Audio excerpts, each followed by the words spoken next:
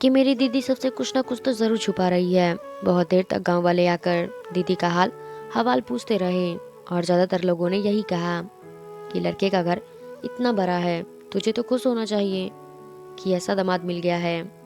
सारी दुनिया ऐसा दामाद चाहती है और तुम हो कि नाराज़ हो रही हो।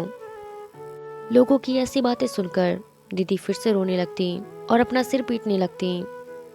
और इसी वजह से मैंने उसके बाद किसी को भी घर में आने नहीं दिया।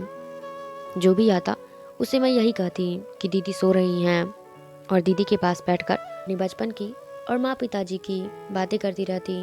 मैंने दीदी के पास बैठकर खाना बनाया।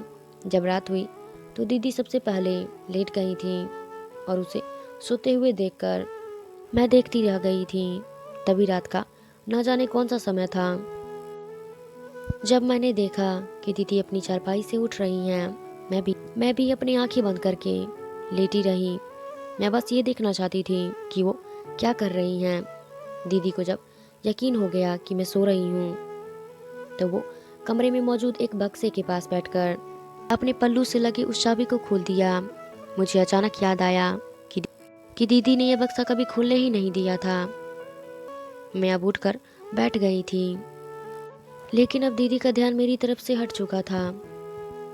वो दूसरी ओर बक्से की कुछ चीजें निकाल रही थी। मैं हमेशा सोचती थी कि दीदी अपने गाने इस बक्से में रखती होंगी, इसीलिए उसे खोलती नहीं थी। मुझे ये जानने की उत्सुकता थी, इसलिए इसलिए मैं चुपचाप सब कुछ देख रही थी। दीदी एक एक करके सामान निकालने लगी। मैं उन चीजों को देखकर चौंक गई। सबसे पहले कुछ कपड़े थे जो एक बहुत ही छोटे बच्चे के थे। उसके बाद कपड़ों का साइज बड़ा होता गया। वो सब लड़कियों के कपड़े थे। उसके बाद दीदी ने खिलौने निकालना शुरू कर दिया। कुछ प्लास्टिक के तो कुछ मिट्टी के थे। उसके बाद तस्वीर की बारी आई। एक एक करके वहाँ ढेर सारी तस्वीरें हो गई थी। मैंने अपने दिमाग पर जोर डाला। उनमें से कुछ कपड़े गीता के भी थे, जो जो बचपन से अब तक पहनती आ रही थी, और सभी खिलौने उसके ही थे। बाकी के कपड़े और खिलौने तो मैंने गीता के पास कभी नहीं देखे थे। उसके बाद दीदी ने तस्वीर देखना शुरू कर दिया।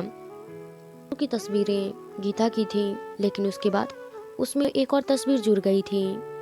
मैं इतनी दूर नहीं बैठी थी कि उसका चेहरा ना देख सकूं, लेकिन फिर भी वो दूसरा चेहरा एक लड़की का था। मेरी पहचान में नहीं आ रही थी।